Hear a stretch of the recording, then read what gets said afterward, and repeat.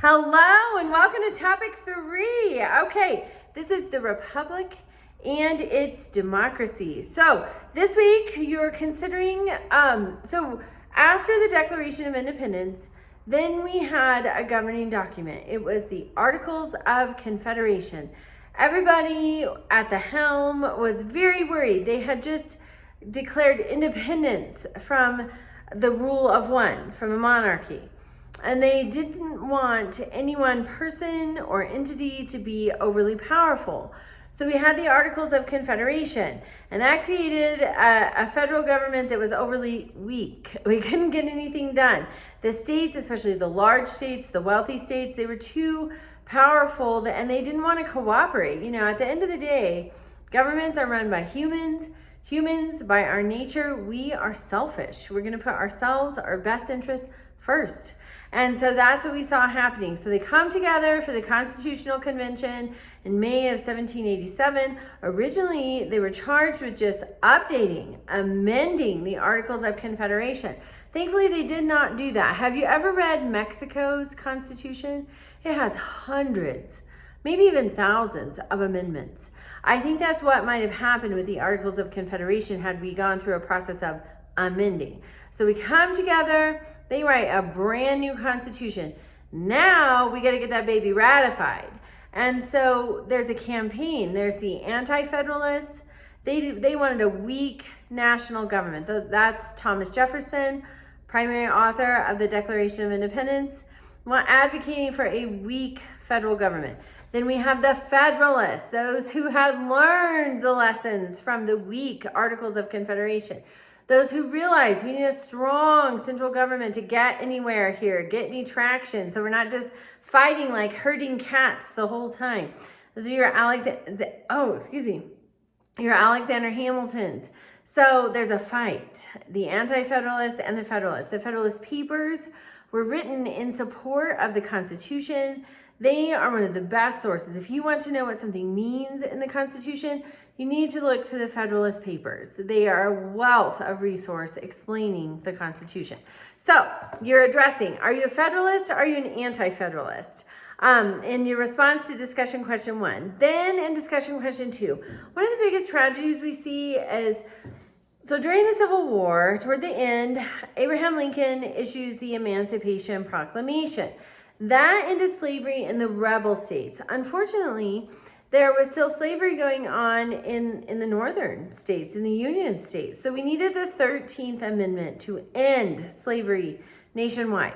Then we have the 14th Amendment and the 15th Amendment. Those two amendments, the 14th and the 15th Amendments, were so badly circumvented, and not just by the South. Even our own Supreme Court in the Plessy versus Ferguson case circumvents the 14th Amendment to impose the separate but equal doctrine. And that is the doctrine that gets reversed in Brown versus Board of Education, when finally in the 1950s, we see things desegregated. But in 1896, that's the Plessy case. And that's when the Supreme Court circumvents the people entrusted with interpreting the Constitution, doing it right. They circumvent the 14th Amendment to give us separate but equal.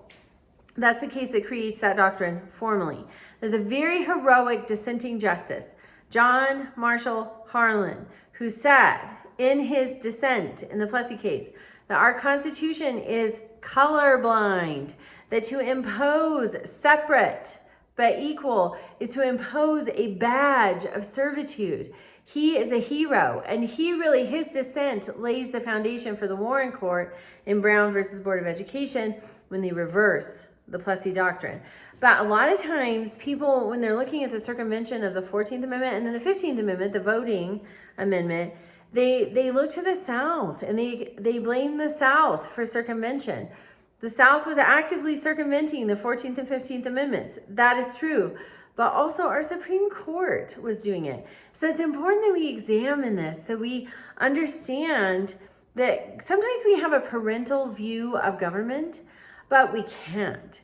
We can't trust them like we might a good parent. And not all parents are good. But good parents, we have a tendency to trust them.